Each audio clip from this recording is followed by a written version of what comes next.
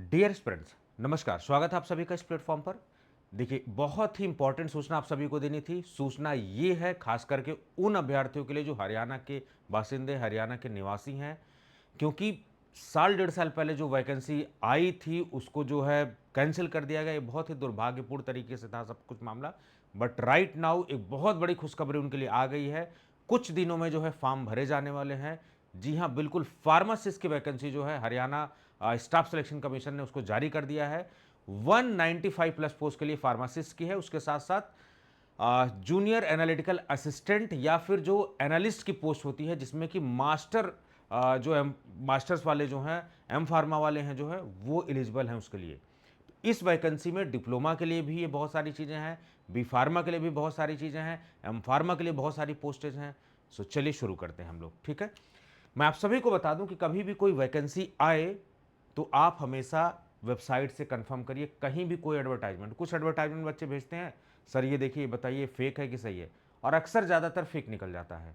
तो आप हमेशा ये सुनिश्चित करें कि you are visiting the official website, तो हरियाणा की जो स्टाफ सिलेक्शन कमीशन है वहाँ से।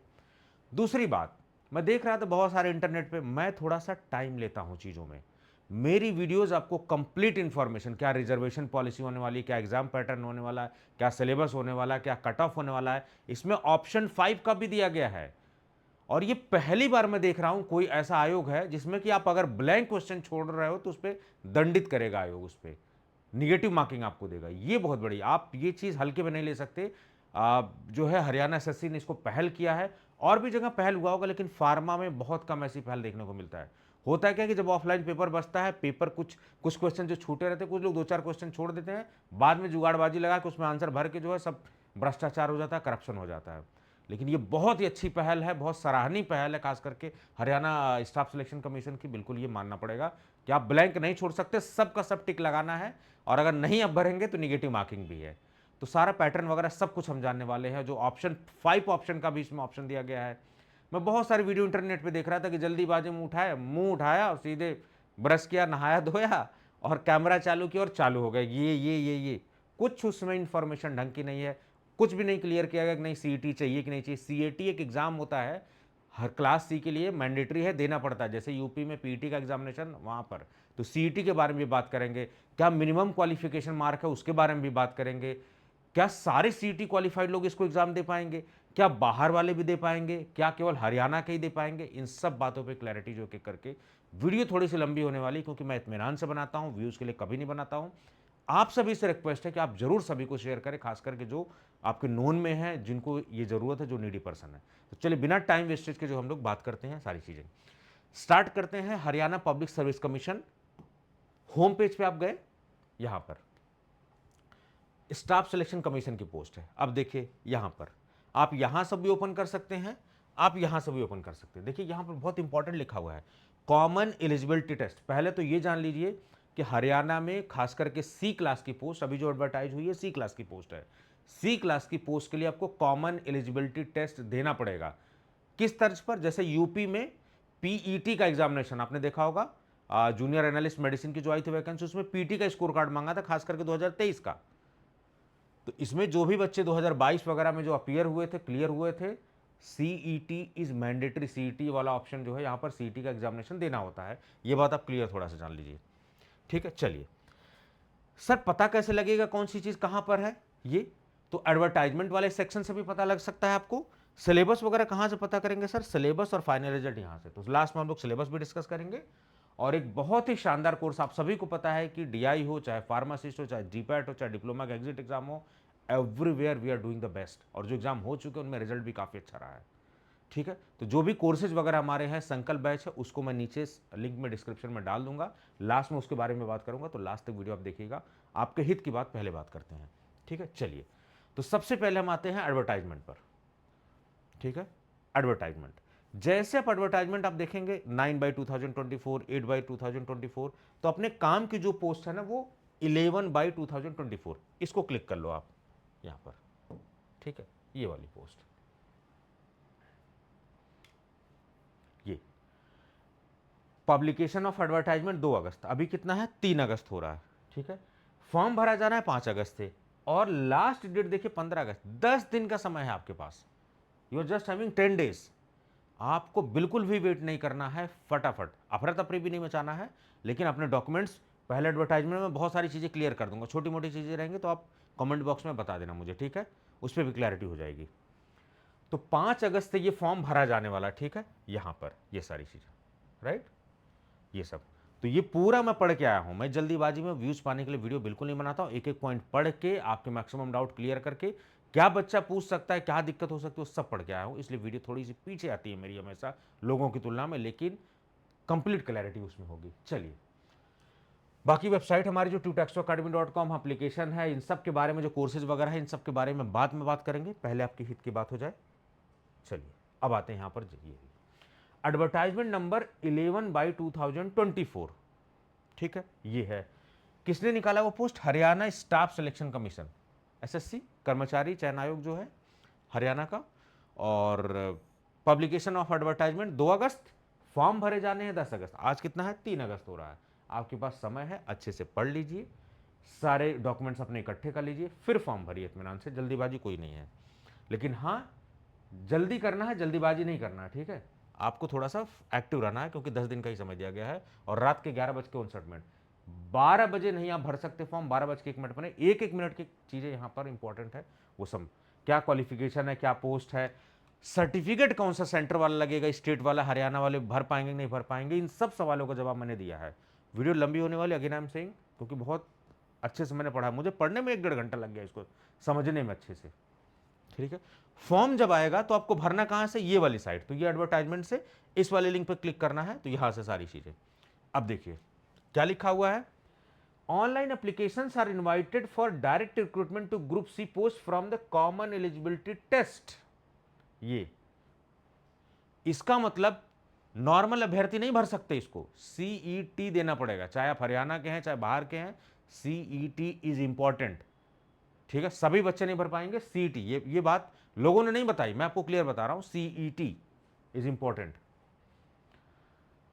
जिन्होंने सीईटी दिया है, कौन सा वाला? 22 वाला, यही है, आप एक बार चेक कर लीजिए, क्रॉस चेक, लेटेस्ट कौन सा हुआ है, 22 वाला मेरे को समझ में आ रहा था, अगर मैं रॉन्ग हूं तो मुझे आप बता देना, ठीक है।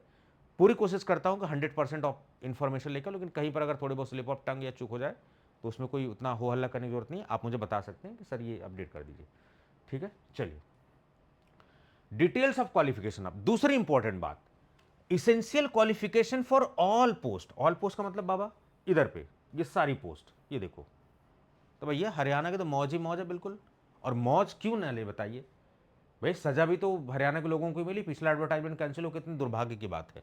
तो ये मौज कौन लेगा? हरियाणा, ठीक है। चलो, इतनी सारी पोस्ट हैं, इन सब की तो अपनी स्पेसिफिक क्वालिफिकेशन होगी, लेकिन अब देखो लाइब्रेरियन की पोस्ट, रजिस्ट्रार की पोस्ट, दुनिया भर की पोस्ट हैं, लेकिन कुछ चीजें हैं जो सभी के लिए हैं, ऑल पोस्ट। क्या? हिंदी और Sanskrit as one of the subject in matric और हायर एजुकेशन। 10th के बाद या 10th में जो भी क्वालिफिकेशन, उनमें से हिंदी या संस्कृत एक सब्जेक्ट जरूर होना चाहिए। और ज़्यादातर आप देखोगे हिंदी वगैरह कौन हाई स्कूल में सब लोग लेते हैं, या हिंदी साहित्य वगैरह ले लिया तो इंटर वगैरह में, ज़्यादातर हाई स्कूल में ले लेते हैं। तो आपका एक सब्जेक्ट हिंदी या संस्कृत जरूर होना चाहिए, ठीक है। चलिए साहब, एज क्या है? 18 टू 42 ईयर्स, 18 साल से 42 साल। ज़्यादातर जितनी पोस्टेज हैं सबका जो है एज ग्रुप इन्होंने रखा हुआ है 18 साल से 42 साल। क्यों? क्योंकि मताधिकार का आपका अधिकार जो है 18 के बाद सारी चीज मिल जाती है उस पर। अब देखिए, एज रिलैक्सेशन किसको मिलेगा? Age relaxation as per the instruction of Haryana government for SC, ये सब सारी चीजें। आपका कॉमन सा सवाल होता है कि सर क्या हरियाणा या हरियाणा के बाहर वाले भर सकते हैं? मैं आपको बता दूं, हरियाणा की वैकेंसी ज़्यादातर हरियाणा के लोगों के लिए ही रजिस्टर्ड होती है, आप समझ लीजिए रिजर्व होती है, रजिस्टर्ड वर्ड तो नहीं यूज़ करूंगा, रिजर्व होती है जनरली ज़्यादातर। या फिर देखिए, जब कोई भी स्टेट अदर लोगों को डिमोरलाइज करना होता है ना, तो ऐसे स्पेसिफिक क्लॉज बना देते हैं, आप फुलफिल ही नहीं कर पाते अदर स्टेट के, तो वहाँ के लोग एलिजिबल ही नहीं होंगे। यहां पर आप देखोगे जैसे डिप्लोमा वाले केस में, वहां लिखा हुआ है कि डिप्लोमा आपका हरियाणा से ही होना चाहिए, वहीं से रजिस्टर्ड होना चाहिए, इधर पे सब कुछ। जो मास्टर्स वाली पोस्ट है उसमें कहीं हरियाणा की बात नहीं की गई, इसका मतलब बाहर के लोग भर सकते हैं, लेकिन सीईटी कौन देने आएगा? ज्यादातर हरियाणा के लोग आएंगे। तो इसलिए ऐसे क्लॉज बना दिए जाते हैं कि बाहर के लोग को डिमोरलाइज किया जाता है। इसका मतलब ये नहीं कि बाहर के लोग नहीं भर सकते, भर सकते हैं, लेकिन कुछ सिलेक्टेड पोस्टेड के लिए उसमें भी आप क्राइटेरिया टर्म्स फुलफिल करोगे तब जाके आप भर पाओगे, क्योंकि सीईटी मैंडेटरी है। तो एज रिलैक्सेशन उन्हीं को मिलेगा, जाहिर सी बात है, जो हरियाणा के निवासी, क्योंकि हरियाणा की ये जो है सारी चीज़ें आपको देखने को मिल रही है। हरियाणा स्टाफ सिलेक्शन कमीशन निकाला हुआ है। ये ग्रुप 10 अपने काम के नहीं है, बिल्कुल भी यहाँ कुछ करने की जरूरत नहीं है। देखो असिस्टेंट, ये सब फूड एंड ड्रग एडमिनिस्ट्रेशन में स्टैटिस्टिकल असिस्टेंट की आई है, डीपीआर में, इकोनॉमिक अफेयर्स में, ठीक है, ये सब। अब आते हैं जरा ये 128 से 138 वाले, ये भी अपने काम के ज़्यादातर नहीं है पोस्टें, मैंने जहाँ तक देख पाई। अगर कुछ छूट जाए तो उसके लिए माफ़ी चाहूँगा, क्योंकि लिमिटेड समय में ही सारी चीज़ें होती हैं। फिर भी मैं अपनी तरफ से ये, अब देखिए ये क्या लिखा हुआ है, 201 पोस्ट फॉर वेरियस डिपार्टमेंट या बोर्ड या कॉर्पोरेशन इन ग्रुप 15। ज़्यादातर ये ग्रुप सी की नौकरियां हैं। DHBVN जो डिपार्टमेंट का नाम है, उसमें फार्मासिस्ट की वैकेंसी आई हुई कितनी, 10। ESI हेल्थ केयर में फार्मासिस्ट की कितनी वैकेंसी आई है, 185, सबसे ज़्यादा यहीं पर आई हुई है, ठीक है। फूड एंड ड्रग एडमिनिस्ट्रेशन में जो है जूनियर एनालिस्ट असिस्टेंट की जो वैकेंसी आई है, उसमें जो है 6 पोस्ट है। अब इनमें से कुछ पोस्टें डिप्लोमा के लिए हैं, कुछ बैचलर्स के लिए हैं, कुछ मास्टर्स के लिए हैं। अगेन मैं आपको क्लियर कर दूं, जहां पर मिनिमम क्राइटेरिया, जैसे फार्मासिस्ट के लिए minimum classification, minimum educational qualification जो होती है वो होती है डिप्लोमा। इनकेस अगर आप बी फार्मा है या मास्टर्स है, तब डिप्लोमा आपने नहीं कर रखा है, ये भी तो सवाल उठेगा ना कि सर मैं बी फार्मा हूं। फॉर्म भर सकते हैं, लेकिन फॉर्म आपका स्क्रूटनी जो है उसमें लाइन लिखी हुई, आगे अब देखेंगे कि डिपार्टमेंट उसको वेटेज देगा कि नहीं देगा, वो फाइनल अथॉरिटी रहेगी। मतलब आपको एलिजिबल बोलेंगे उसमें। अभी एक पॉइंट मैं आपको दिखा रहा हूं। तो मिनिमम डिप्लोमा तो होना ही चाहिए। डिप्लोमा से ऊपर अगर आप बी फार्मा एम फार्मा तो भी भर पाएंगे, लेकिन उसको डिपार्टमेंट कंसिडर करेगा।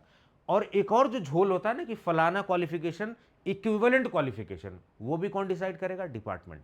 तो भैया पहले ही बता दो कौन सा इक्विवेलेंट है, आदमी क्लियर हो जाए पहले से सारी चीजें, ठीक है। चलिए, तो पोस्ट नंबर 145, 144, 146 इनकी एलिजिबिलिटी क्राइटेरिया देखते हैं। क्या लिखा हुआ, मैट्रिकुलेशन और equivalent examination with science, science वाले जो साइंस साइड जिनका है वो हरियाणा एजुकेशन बोर्ड या जो भी अदर एजुकेशनल बोर्ड है recognised by the state government of Haryana, Haryana government से रिकॉग्नाइज्ड होना चाहिए, ठीक।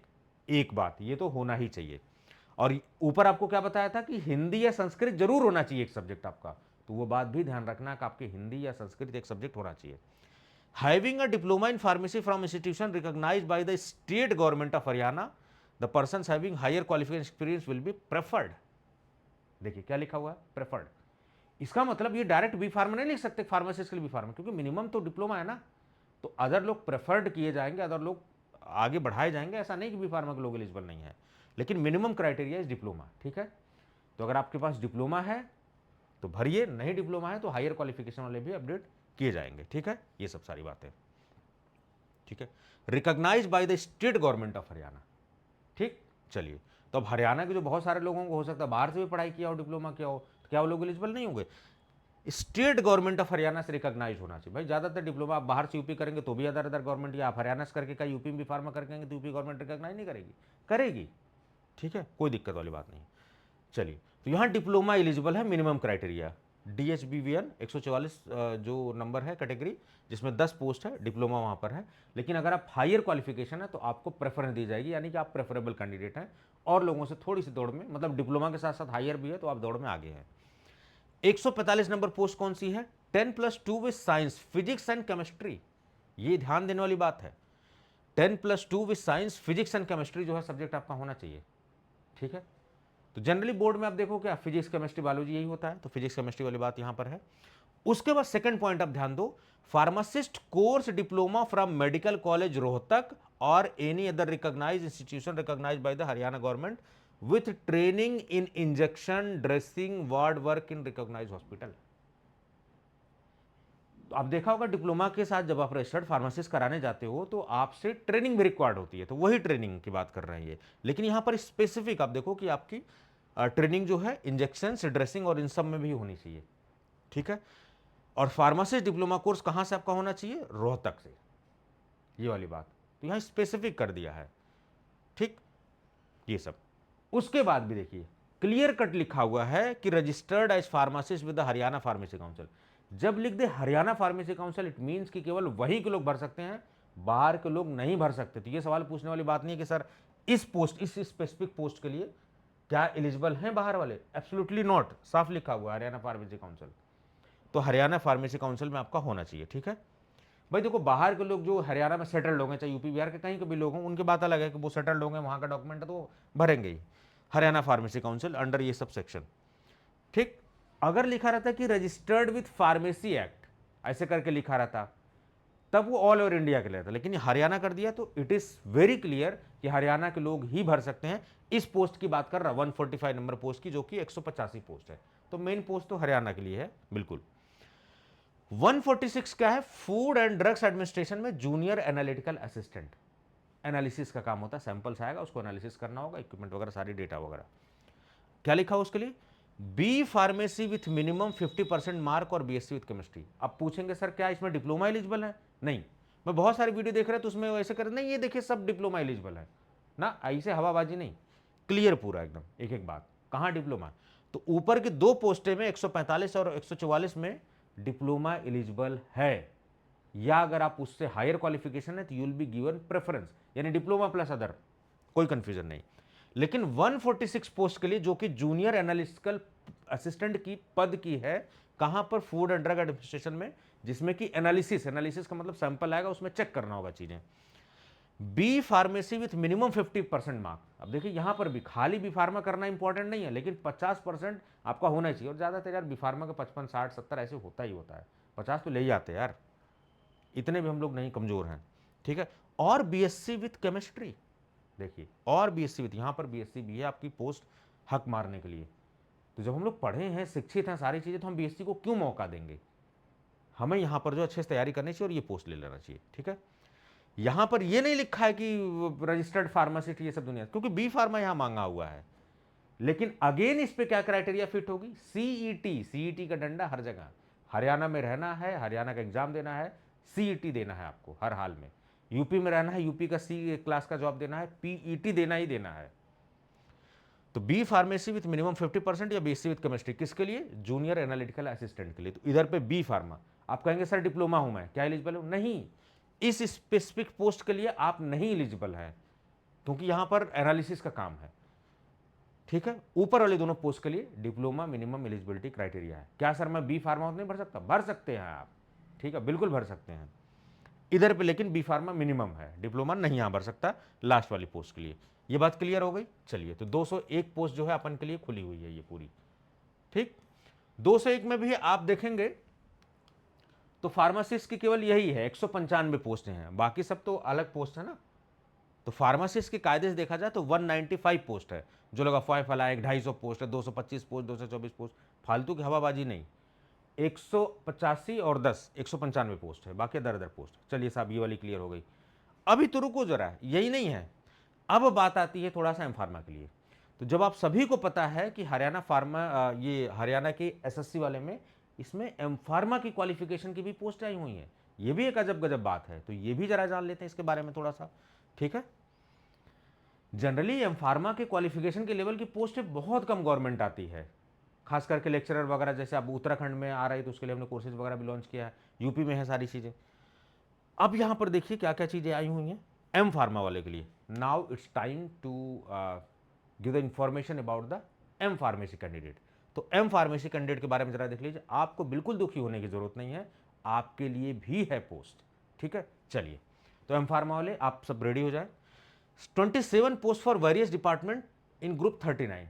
कहाँ पर ये वैकेंसी है? हरियाणा के स्टाफ सिलेक्शन कमीशन में ये वैकेंसी है।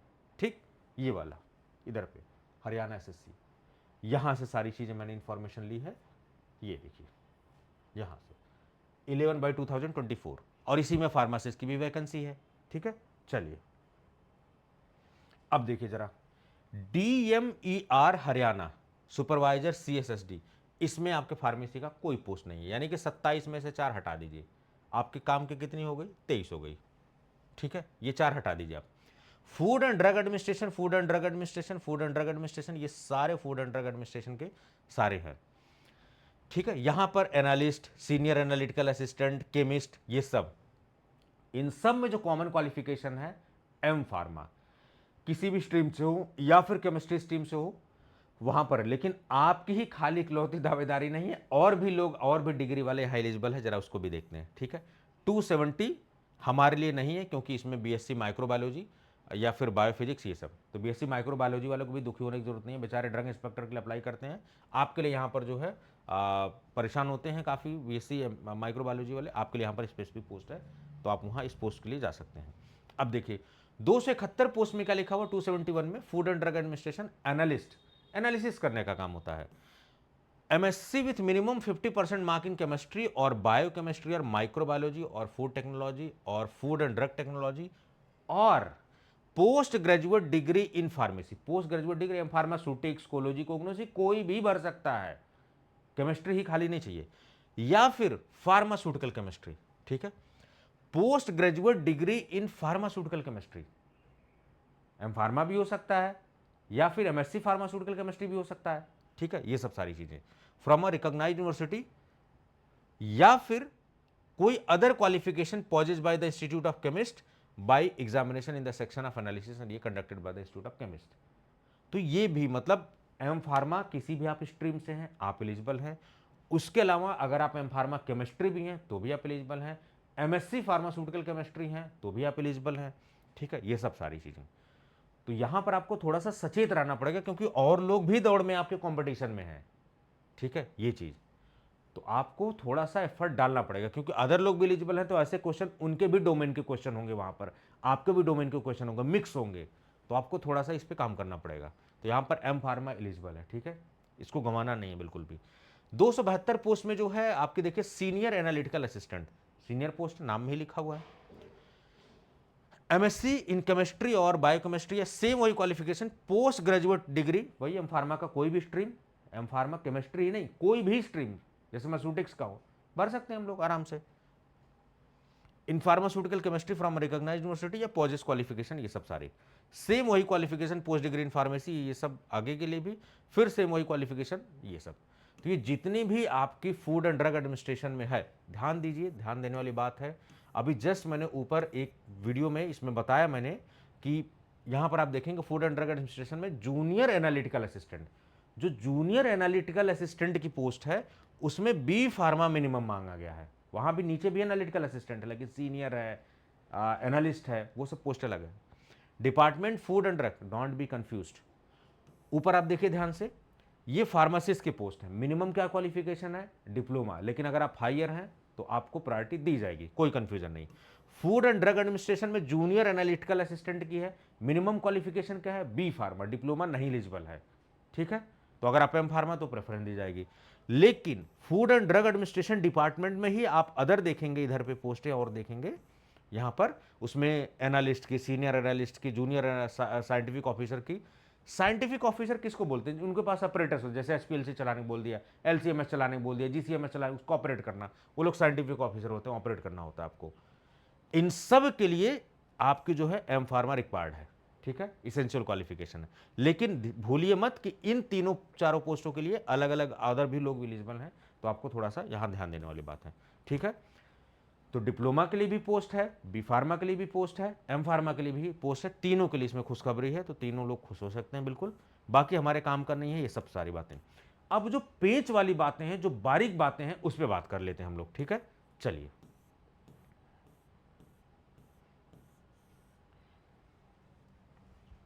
ठीक है। अब देखिए यहां पर आप पूछते हैं ना, सर मैं फाइनल ईयर का हूं, मेरा रिजल्ट होल्ड है, सर मेरी डिग्री आ गई है, मेरा रजिस्ट्रेशन नहीं हुआ, बड़ी सारी स्थितियां होती हैं। मैं आपको बता दूं इन सब का एक ही सॉल्यूशन है कि जो भी क्वालिफिकेशन अभी यहां मांगी गई है, लास्ट डेट से पहले पहले होनी चाहिए। खास करके आपका डिग्री या डिप्लोमा तो लास्ट से होना चाहिए। इनकेस रजिस्ट्रेशन लेट हो जाता है, वेरिफिकेशन पहले पहले आप दे जाते हैं, तो अंडरटेकिंग देके दे सकते हैं, लेकिन आइडियली आपका रजिस्ट्रेशन और qualification it should be before the last date of application, 15 तारीख, ठीक। चलिए लिखिए, in case the candidate applies on the basis of equivalent qualification. अब वो जो पूछा ना कि और इक्विवेलेंट क्वालिफिकेशन, कौन बताएगा कि कौन इक्विवेलेंट है। अब उसमें सवाल आएगा कि सर फार्म डी वाले क्या एलिजिबल हैं, हो सकते हैं, बिल्कुल एलिजिबल हो सकते हैं। फार्म डी को लेकर बड़ा कंफ्यूजन था, डीआई पोस्ट में क्या एलिजिबल हो सकते हैं, यस, बहुत सारी गवर्नमेंट ने क्लियर कर दिया कि फार्म डी एलिजिबल हो सकता है, फार्मासिस्ट के लिए यस एलिजिबल। तो फार्म डी को लेकर कंफ्यूजन बड़ा रहता है कि फार्म डी वाले क्या एलिजिबल है, yes eligible.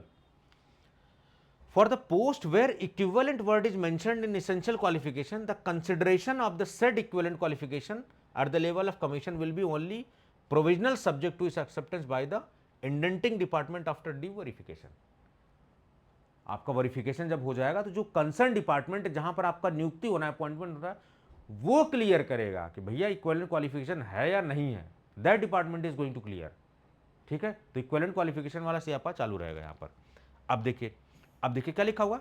Further if a candidate claim eligibility on account of possessing higher qualification, मान लो डिप्लोमा मांगा हुआ कि डिप्लोमा होना ही चाहिए मिनिमम, और आप बी फार्मा है, तब क्या करेंगे आप? आपके पास डिप्लोमा नहीं है, बी फार्मा आपने कर रखा है. In the same line, pharmacy में ही है, as prescribed in minimum qualification for that particular post in view of Haryana government instruction ये is that case consideration of higher qualification in the same line at the level of commission will be only subject to the acceptance by the indenting department. मान लीजिए मांगा हुआ diploma, जैसे initially pharmacist की जो पोस्टें थी उसमें डिप्लोमा मांगा हुआ था मिनिमम क्वालिफिकेशन, आपने डिप्लोमा किया ही नहीं, आप भी फार्मा है, तो कंसर्न डिपार्टमेंट डिसाइड करेगा कि आपको एडमिट करना है, आपको अपॉइंटमेंट देना है कि नहीं देना है. ठीक है, वो ज़्यादातर हो ही जाता है फाइनल. ठीक है, ये सब सारी चीज़ें मिनिमम क्वालिफिकेशन. चलिए ये भी group wise schedule of date and time of examination will be uploaded या notified at the closing date of application form. तो एप्लीकेशन फॉर्म जैसे भरा जाएगा उसके बाद धीरे धीरे धीरे ये सब कुछ सारी चीज़ तो वेबसाइट पे आपको रेगुलरली विजिट करना होगा.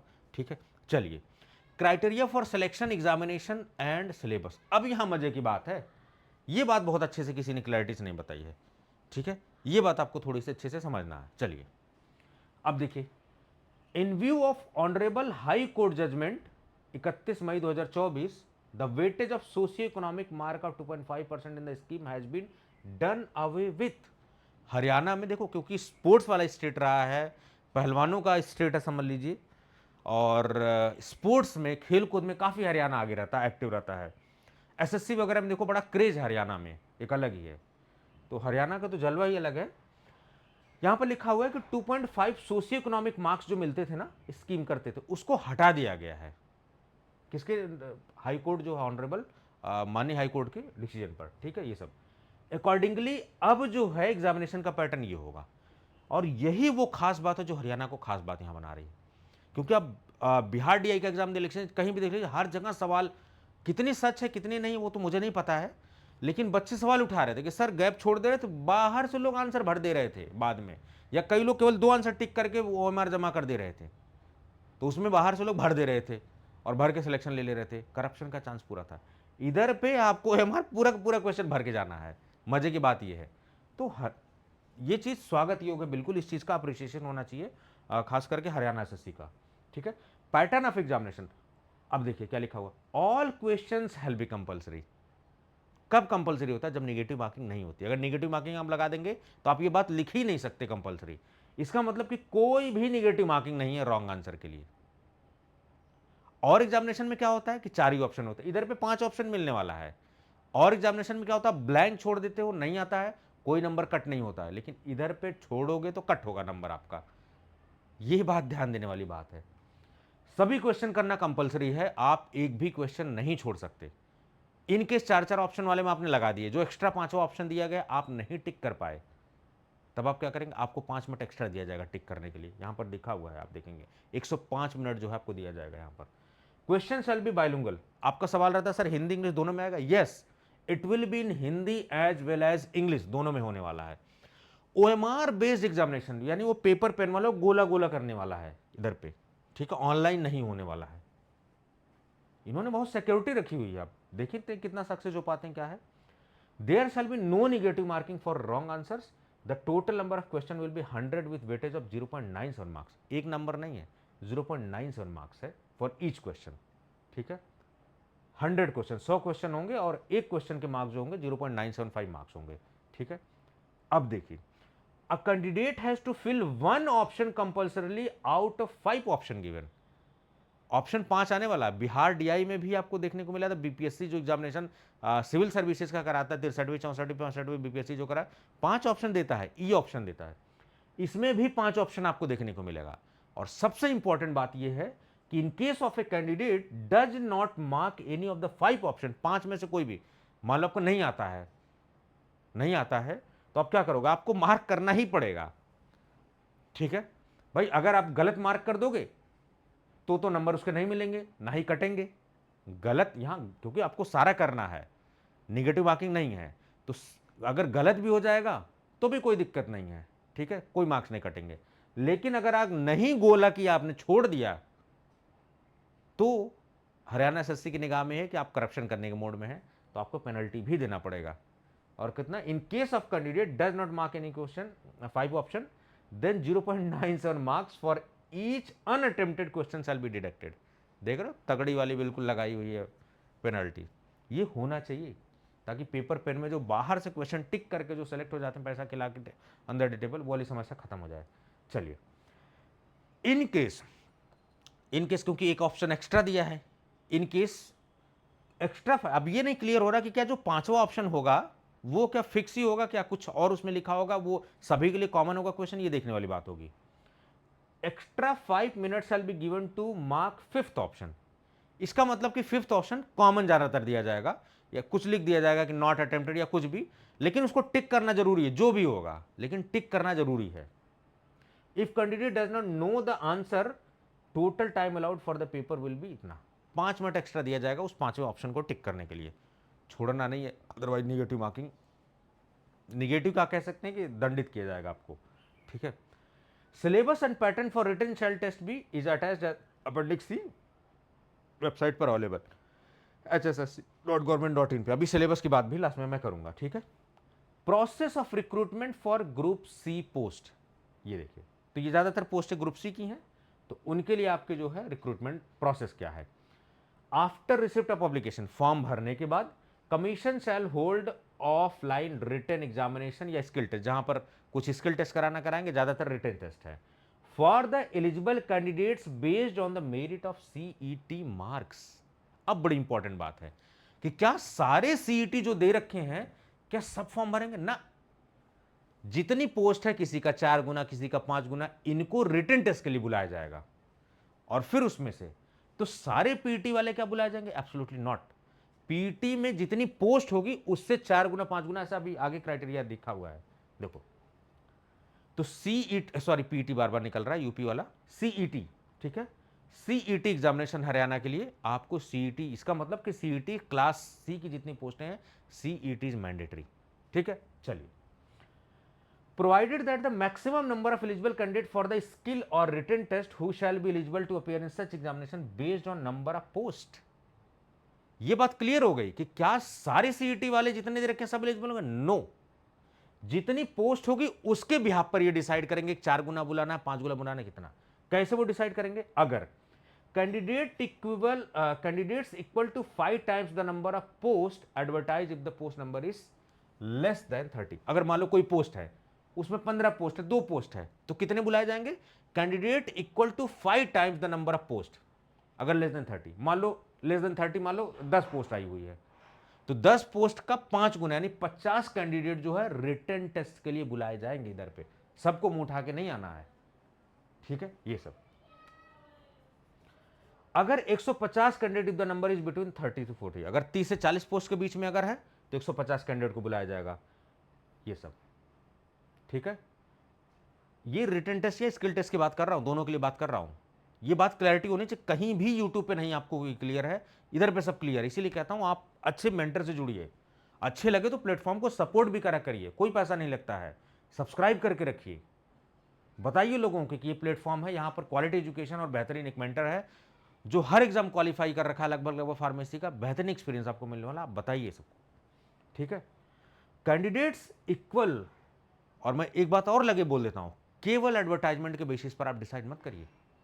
टीचर की बात समझ में आ रही नहीं आ रही है, टीचर पढ़ा रहा अच्छा पढ़ा नहीं रहा, उसको एक्सपीरियंस क्या है, ये टॉपर तो सब लोग खरीद रहे हैं, आजकल टॉपर खरीदने का ट्रेंड चला हुआ है, तो आप मार्केटिंग और वीडियोज और ये सब देख के मत अट्रैक्ट होइए बिल्कुल भी। आप अभी जो है आप देखेंगे दिल्ली में इतना बड़ा कांड हुआ है, आनंद कुमार जो कि बहुत बड़े मैथमेटिशियन है बिहार के, उनका आप इंटरव्यू देखना, ANI पे डाला हुआ है, कैसे किसी कोचिंग को चूज करना चाहिए, उन्होंने बहुत अच्छे से बताया हुआ है कि केवल आप मार्केटिंग और केवल पोस्टर देख कर एडमिशन मत लीजिए, सिलेक्शन रेशियो क्या है, वहां पर फैसिलिटीज क्या है, टीचर के साथ आपकी ट्यूनिंग कैसी है, वो बहुत मायने रखता है। अगर टीचर के साथ ट्यूनिंग है, टीचर की बात समझ में आ रही है, टीचर की बात में दम है, आपका सिलेक्शन करा लेगा, उसको खरीदने की जरूरत नहीं होगी टॉपर।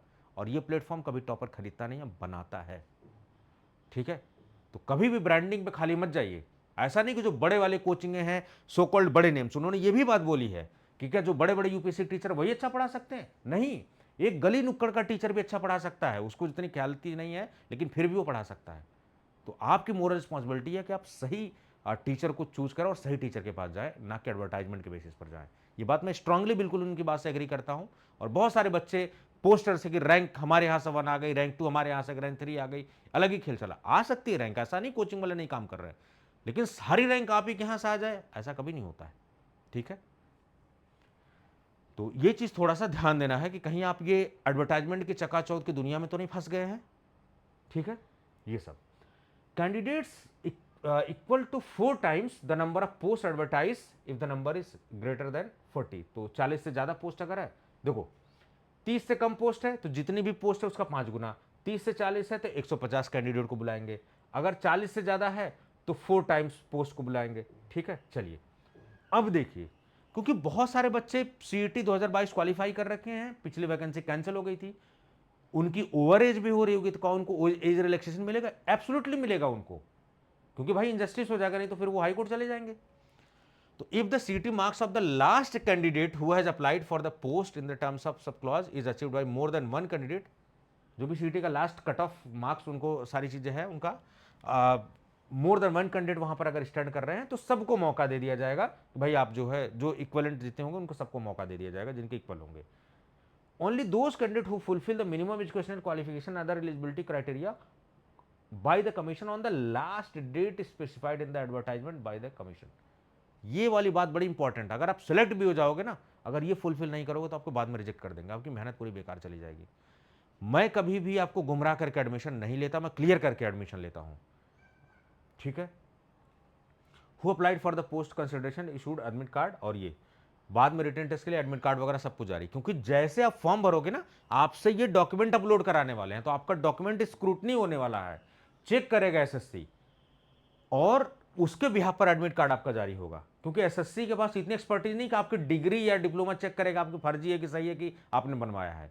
तो जब आपका वेरिफिकेशन हो जाएगा, डिपार्टमेंट में अपॉइंटमेंट हो जाएगा, उसके वक्त जो है डिपार्टमेंट चेक करेगा आपका कागज पत्र की फर्जी है कि कुछ भी है, अगर वहां गड़बड़ी होती है तो आपको टर्मिनेट किया जाएगा। एसएससी नहीं टर्मिनेट करेगा, क्योंकि उसके पास लिमिटेड टाइम है, अपॉर्चुनिटी इतनी नहीं है, सारी चीजें सुविधा है। तो ये सब भी, तो कभी भी मैं आपसे रिक्वेस्ट करूंगा, अर्जी फर्जी डिग्री ने, आजकल बहुत सारे डिप्लोमा की डिग्री फर्जी लेके लोग कर रहे हैं, मत करिए ऐसा, बाद में जिंदगी नरक की हो जानी है, जिसको कहते हैं जिंदगी झंड बा फिर भी घमंड बा। ठीक है, भोजपुरी में एक डायलॉग है ना, तो ऐसा बिल्कुल भी मत कोशिश करिए कि जिंदगी बिल्कुल बर्बाद हो जाए, ऐसा कोई काम नहीं करना है इलीगल। गलत करके घूस देके अगर आप करप्शन करके जाते हो ना, तो आप कभी कॉन्फिडेंस से नौकरी नहीं कर पाते हो, मत करिए आप ऐसा बिल्कुल भी। अपने गट्स पे दम पे लीजिए, आपके सामने एक ऐसा मेंटर है जो आपको मदद करेगा, हेल्प करेगा, अपने आपके जो भी गुरु ने आपको पढ़ाया, अगर आपसे उनसे जुड़े हुए हो, उनसे एसोसिएटेड हो, हेल्प लीजिए आप भी, जो भी आपसे लगता है। ठीक है, on receipt of requisitions for the post of different nomenclature but of similar educational qualification, the commission shall be competent one hold common examination, ये कराएंगे। ठीक है, ठीक है, ये सब। अब देखिए, when the number of candidates applying इतना is eligible less than the number limit specified in the above clause, commission may extend the date of ये। मान लीजिए बच्चे ही नहीं आए उतने, तो कमीशन क्या करेगा? एक्सटेंड कर देगा। भाई फॉर्म ही नहीं अगर आया, इनकेस हो भी सकता है लेकिन ऐसा होता नहीं है, 10 पोस्ट के लिए पता नहीं कितने हजार लोग पहुंच जाते हैं, तो कमीशन दोबारा से जो है अप्लाई करने के लिए खोलेगा। ठीक है, फॉर्म को इस तरीके से।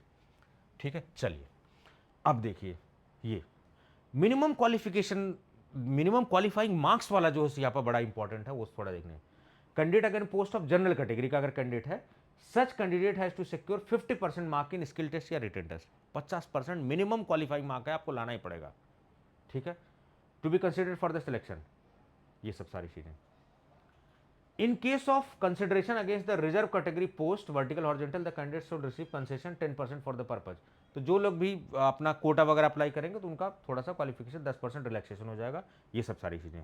वेटिंग लिस्ट वगैरह सब कुछ जो है वो सब जारी करेगा कौन? आयोग जारी करेगा। ठीक है, चलिए अब देखिए कि साहब अगर मान लीजिए बच्चे हैं ज्वाइन ही नहीं किए या उतने बच्चे ही नहीं, तब क्या होगा?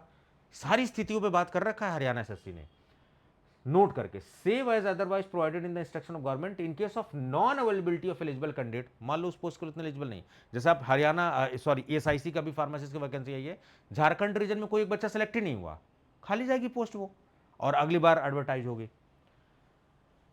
For the post which remain unfilled, भरी नहीं जाती है, shall be readvertise as per the reservation policy, दोबारा से उसको एडवर्टाइजमेंट जारी किया जाएगा। ठीक है, ये सब ग्रुप सी पोस्ट के लिए। अब ये सब मिनिमम मार्क्स वगैरह मैंने आपको सबको बता दिया। ठीक है, रिजर्वेशन, रिजर्वेशन जाहिर सी बात है कि आपको जो है हरियाणा के बासिंदे, हरियाणा के निवासियों के लिए जो है, पर्सन विथ बेंचमार्क डिसेबिलिटी यानी कि जो फिजिकली चैलेंज लोग हैं उनके लिए भी ये सब सारी चीज़ें जो है रिलैक्सेशन वगैरह ये सब है। ठीक है, जो भी एप्लीकेशन में आप भरोगे उसी के हिसाब से सारी इंफॉर्मेशन हो जाती है। क्लोजिंग डेट से पहले पहले होनी चाहिए, और क्लोजिंग डेट से पहले पहले आप चेंज भी कर सकते हो, लेकिन लास्ट क्लोजिंग डेट के बाद आप चेंज भी नहीं कर सकते ये सब। लेकिन किसी भी केस में जो आप अपलोड करोगे और लास्ट में जब डॉक्यूमेंट वेरिफिकेशन सिलेक्शन के बाद होगा और दोनों में मिसमैच हुआ तो आपको बाहर का रास्ता दिखा दिया जाएगा, साफ लिखा हुआ मिसमैच के केस में। ठीक है, ये सब अगर आपके पास प्रॉपर कोई कैटेगरी का डॉक्यूमेंट नहीं है तो आप जनरल या फिर पेरेंट कैटेगरी में कंसीडर होंगे। ये सब सारी चीजें, ये बात क्लियर हो गई। ठीक है, चलिए, तो अभी वो जो कंफ्यूजन था ना कि क्या हरियाणा के, वो देखो इस तरीके से ज्यादातर हरियाणा के लोग एलिजिबल हैं, इस तरीके से क्राइटेरिया डिजाइन किया गया कि हरियाणा के लोग भी भर पाए।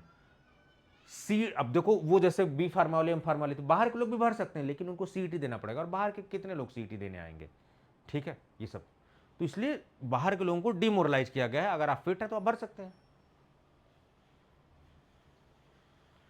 इन केस यहां पर जो भी आपकी कैटेगरी, मान लीजिए कोई SC ST का, OBC का अगर सेलेक्ट होता है और मेरिट में बहुत अच्छा मार्क आता है तो जाहिर सी बात है उसको जनरल में कंसीडर कर लिया जाएगा, नीचे की पोस्टें जो हैं और लोगों के लिए ऐसे इस तरीके की चीजें होती हैं।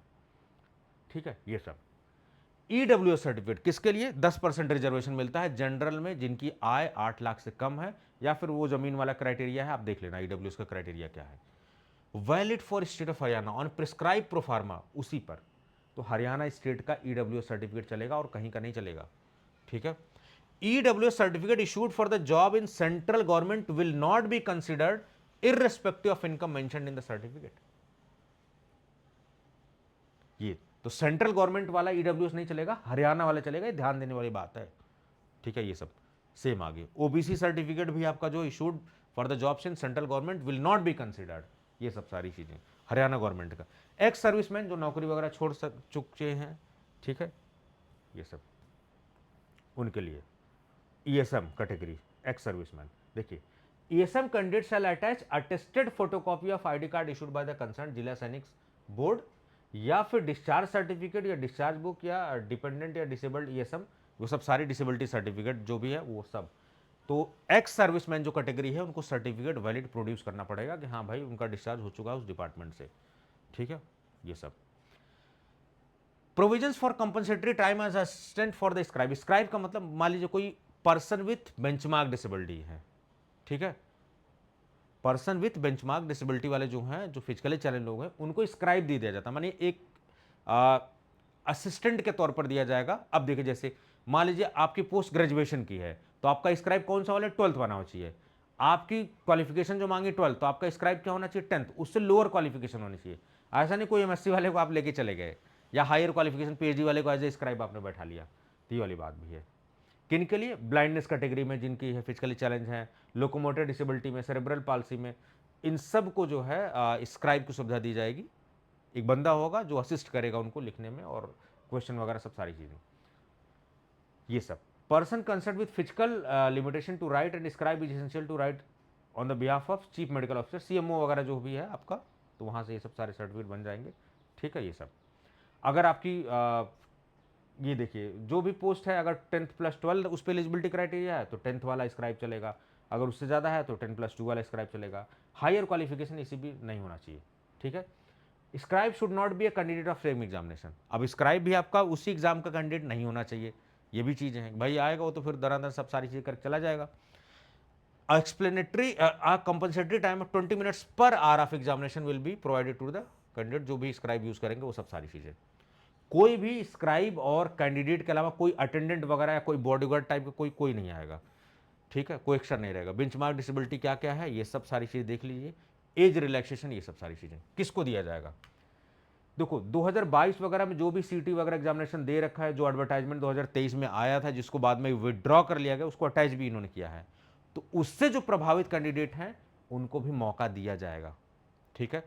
अगर वो एज भी निकल गई है तो उनको एज रिलैक्सेशन दिया जाएगा। आपको अप्लाई करना है, don't be hopeless, you are eligible, ठीक है।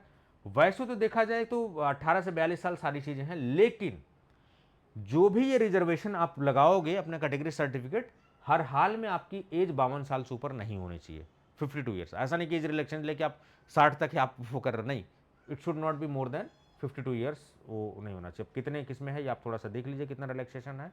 5 ईयर्स का स्टार्टिंग में आपको दिया हुआ है सारी चीज़ें, ठीक है। आप अच्छे से इसको ध्यान से देखेंगे। एक्स सर्विसमैन कैटेगरी में देखो, upper age limit of applicant of any category except ex serviceman shall not exceed 52 years, ये सब। तो हर हाल में एज जो है, ऑनलाइन आपको भर देना है फॉर्म, सारी चीज़ें ये सब, ठीक है।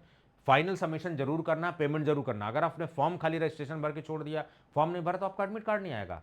तो आप सभी से हम्बल रिक्वेस्ट, बहुत केसेज आते हैं, ये मान लीजिए कि 100 में से 2-4 केस तो आ ही जाते हैं कि सर मेरा एडमिट कार्ड ही नहीं आया लास्ट मोमेंट। भाई साहब आपने पे ही नहीं किया तो कैसे आएगा? You need to fill the amount. पैसा नहीं दोगे तो कैसे आपका एडमिट कार्ड जारी? फ्री फोकट का एसएससी काम करेगा, ठीक है। Candidates who do not fill the qualification eligibility criteria cut off date तक नहीं अगर करते हैं तो भी रिजेक्टेड हो जाएगा, ठीक है। ये भी एक्सपीरियंस, एक्सपीरियंस जहां पर कहीं पर मांगा हुआ है तो वो एक्सपीरियंस आपकी क्वालिफिकेशन के बाद का होना चाहिए। जैसे मान लो 2 साल का आपकी डिग्री है या डिप्लोमा कर रहे हो, 1 साल आपने पढ़ाई की, 1 साल एक्सपीरियंस कर, नहीं, वो कंसिडर नहीं होगा। कंप्लीशन के बाद जो एक्सपीरियंस होगा that will be considered as the experience. ये वाली बात, ये सब कोई बात बताएगा नहीं, इसीलिए मैं आपको लंबी वीडियो बना रहा हूं, ठीक है। इतना पढ़ के सब इस वीडियो को बनाने मुझे 2-3 घंटे लगे, ठीक है। रिकॉर्ड कर रहा हूँ, सारी चीज़ें पढ़ा मैंने, समझा, तब जाके आपको ये सब। कॉम्पिटेंट अथॉरिटी से सर्टिफिकेट वगैरह जो है इशूड होना चाहिए आपका, सारी चीज़ें, ठीक। हाँ, गवर्नमेंट बॉडी या कोऑपरेटिव बैंक वगैरह जो भी है उनकी चलेगा, लेकिन अगर आप प्राइवेट में भी हैं तो भी आपका चलेगा, एक्सपीरियंस वगैरह, ये सब ऐसी बातें लिखी हुई हैं, ठीक है। ये सब स्क्रूटनी ऑफ डॉक्यूमेंट, जब भी आप फॉर्म भरेंगे आपका डॉक्यूमेंट स्क्रूटनी होगा। इन केस मिसमैच होता आपका फॉर्म रिजेक्ट हो जाएगा, गड़बड़ नहीं करनी है। Commission does not verify that the genuineness of document uploaded should be selected and, वही बात कह रहा है कि भाई आयोग के पास इतना टाइम नहीं है कि आपने कुछ भी अर्जी फर्जी डॉक्यूमेंट अपलोड कर दिया वो चेक करे कि आपकी डिग्री वैलिड है नहीं है, कहाँ से आपने पढ़ाई की, इतना टाइम नहीं है। तो which shall be done by the indenting department at the time of giving appointment, जब ये अपॉइंटमेंट देगा वो डिपार्टमेंट जांच करेगा, कंसर्न डिपार्टमेंट जहां पर नियुक्ति होनी है, ये सब। फाइनल रिजल्ट का रेजोल्यूशन कैसे होगा? अगर एग्रीगेट मार्क सेम आ जाते हैं दो कैंडिडेट के, रिटन टेस्ट और ये सब, तो जो एज में बड़ा होगा, जिसकी एज निकलने वाली होगी, जो उम्र में ज्यादा बड़ा होगा उसको प्राथमिकता दी जाएगी। इन केस सेम मार्क आ गए और सेम डेट ऑफ बर्थ है, तब क्या करेंगे?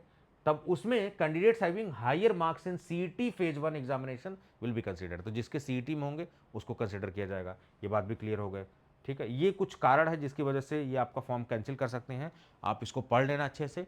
आपके ब्याह पर देखो मैं इतनी मेहनत कर रहा हूँ, आधा एक घंटे मैंने इसको जो है अच्छे से आपके लिए वीडियो बनाई पूरी, आप पढ़ा इसको, मैं इतना मेहनत आपके लिए कर रहा हूँ। तो आप तो एक कैंडिडेट हैं जिसको तैयारी करनी, जिसका भविष्य है, आपको समय देना पड़ेगा। आप रील्स वील्स के चक्कर मत पड़िए, शॉर्टकट वाले बकैतीबाज टीचरों से बिल्कुल बचिए, ठीक है। काम वाले टीचरों से जुड़िए जो आपको सारी इंफॉर्मेशन दे, सीरियस हो, जो खाली व्यूज वाले से जो है कोई मतलब नहीं है। वो आएंगे केवल वैकेंसी आ गई, वैकेंसी आ गई, हो हल्ला जो है मचा के चले जाएंगे और कुछ होता नहीं। सारी चीज़ें वेबसाइट वगैरह पे जो आपकी ये सब आपकी जो अपलोड कर दी जाएगी, ठीक है। कोई भी ऑब्जेक्शन वगैरह तो आप भर सकते हैं, ये सब सारी चीज़ें। फीस वगैरह लगेगी।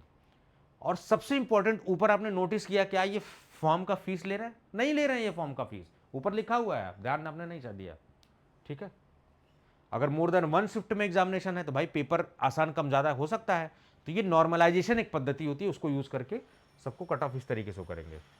डिग्री, डिप्लोमा, एक्सपीरियंस सर्टिफिकेट, ये सब शुड बी, लास्ट डेट जो है वही, तो क्लोजिंग फॉर्म डेट है उसी से डिसाइड होगी आपका सब कुछ, तो वो क्लोजिंग डेट इंपॉर्टेंट है। ये सब ऐसी यूनिवर्सिटी जिनको यूजीसी ने या फिर अदर बॉडी ने फेक डिक्लेयर कर दिया, फर्जी यूनिवर्सिटी, अगर आप वहां के पढ़े हुए हैं तो आप एलिजिबल कैंडिडेट नहीं है, ये बात भी उन्होंने क्लियर कर दी है सारी कुछ, ठीक है। ये सब अगर कोई भी मॉल प्रैक्टिस, छेड़ाछाड़ी करते वक्त आप पाए जाते हैं, कुछ भी उल्टा पुल्टा साधन आप यूज कर रहे हैं, तो आपको डिबार कर दिया जाएगा एग्जामिनेशन से भी, और कुछ सालों के लिए भी डिबार कर दिया जाएगा अपकमिंग एग्जाम। ये सब सारी बातें लिखी हुई हैं, ठीक है।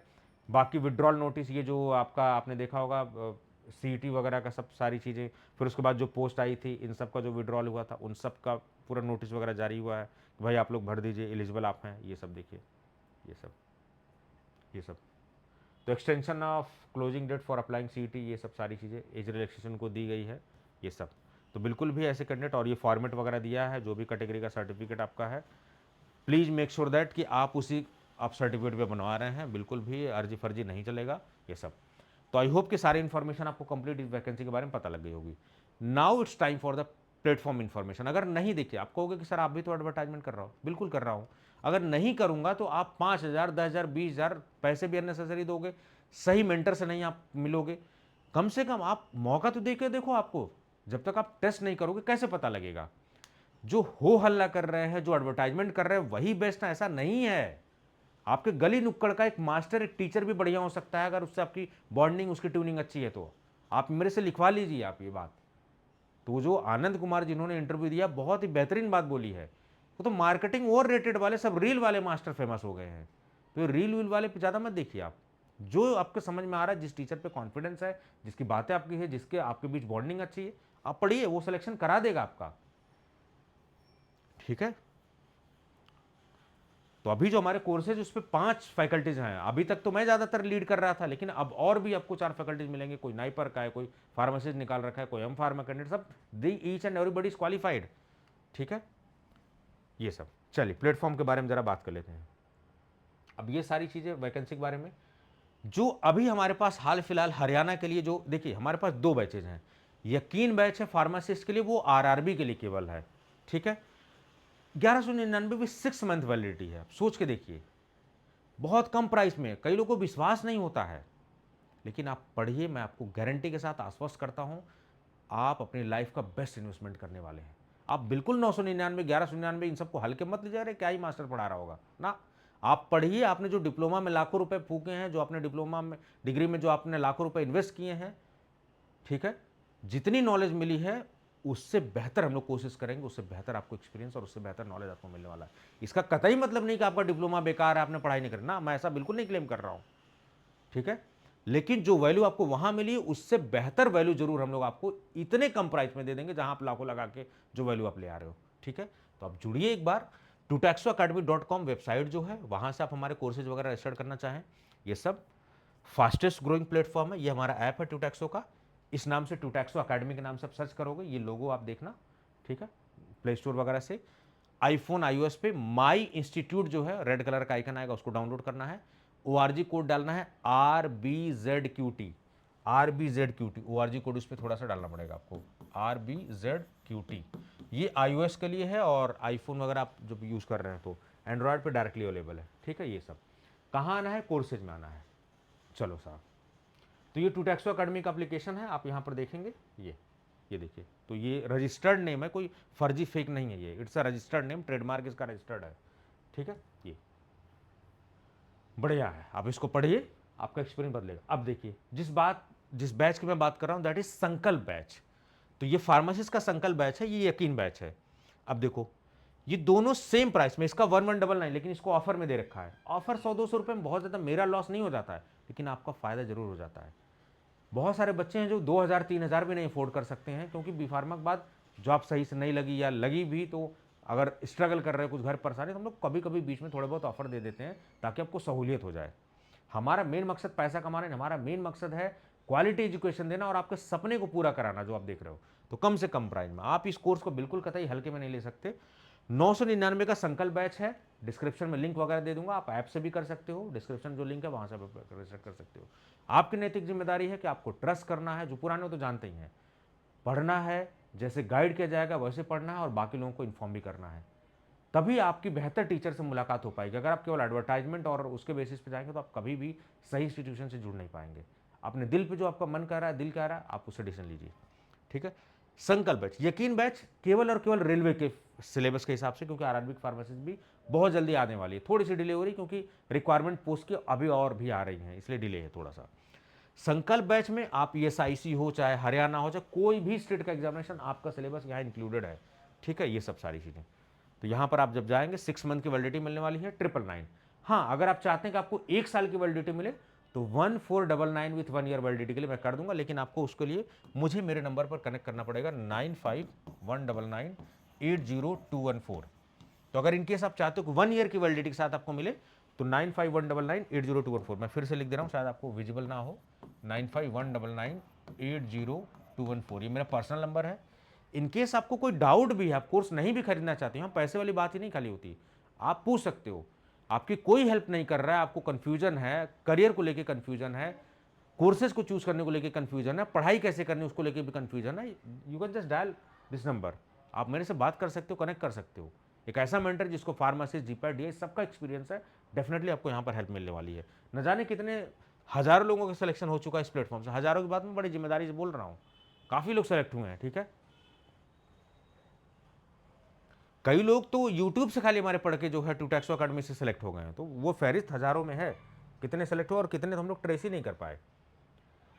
ये लाइव कोर्स है, ये जो मटेरियल आपको दिख रहा है, आप नंबरों पे मत जाओ। बहुत से कोचिंग वाले आपको छोटी छोटी वीडियो बना के नंबर ढेर सा डाल देंगे, 10-10 क्वेश्चन का टेस्ट सीरीज बना के 500 टेस्ट दिखा देंगे, तो उन सब पे नंबर पे मत जाइए, that is a game.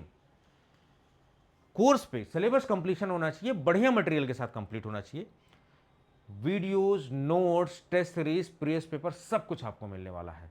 Videos ही इस कोर्स की बैकबोन है, तजुर्बे पे स्पेसिफिक है बिल्कुल, और आप इजिली सेलेक्ट हो सकते हो, ठीक है।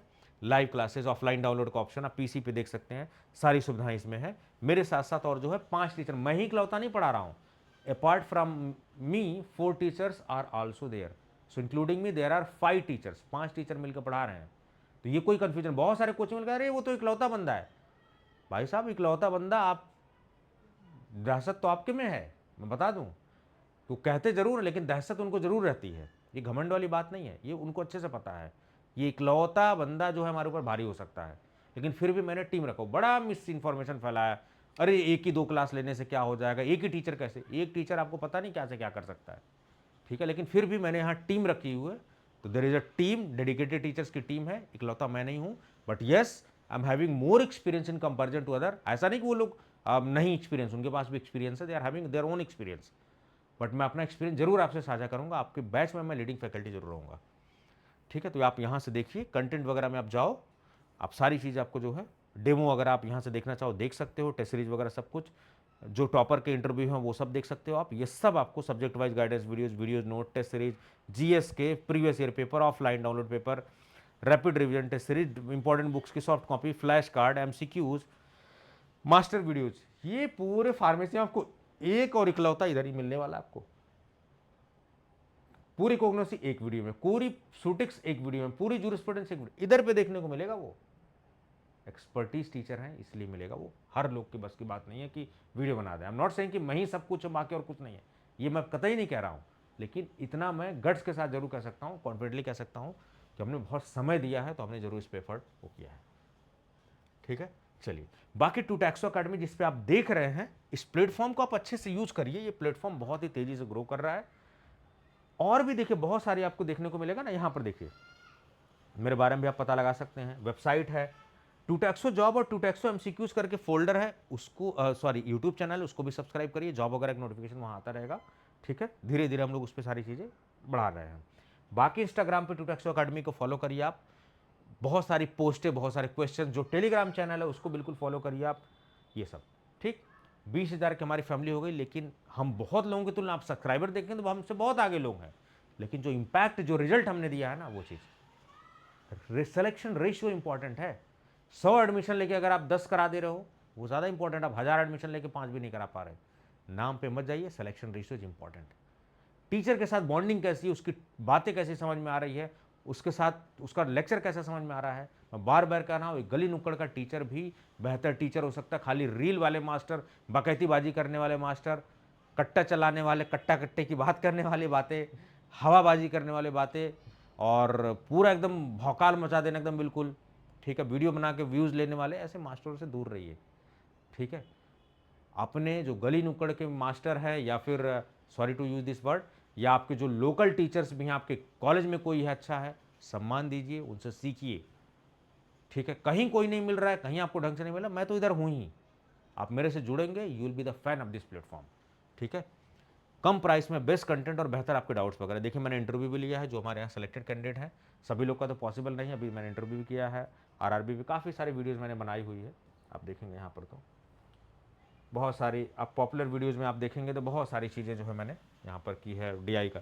इस वीडियो को देख के पता नहीं कितने लोग डीआई बन गए, इस वीडियो को देख के कितने लोग फार्मासिस्ट बन गए, जबकि इसमें स्मार्ट सिलेबस और ये सब सारी चीज़ें, ठीक है।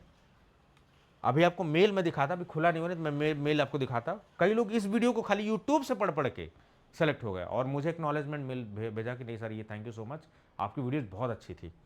इंटरव्यू मैंने डीआई का सेशन डाला था, उसको देख के कई लोग इन वीडियो को देख के सेलेक्ट हो गए। ये सब देखिए, आप अच्छे से यूज करिए, इस पर बहुत कुछ है, ठीक है। प्लेलिस्ट में आप जाइए, जो टॉपर्स का इंटरव्यू वगैरह है उनकी स्ट्रेटजी देखिए, वो क्या कर रहे हैं, वो क्या फॉलो कर रहे हैं, ठीक है। थोड़ा सा उनसे सीखिए, आपकी अपनी खुद की स्ट्रेटजी होनी चाहिए, लेकिन आप सीखिए जो चीज़ उनके अंदर यूनिक है, जो चीज़ आप एक्स्ट्रा मिसिंग है आपके अंदर, वो सब सारी चीज़ें। तो आई होप कि आप जो है संकल्प बैच आपको बेहतर एक्सपीरियंस देगा।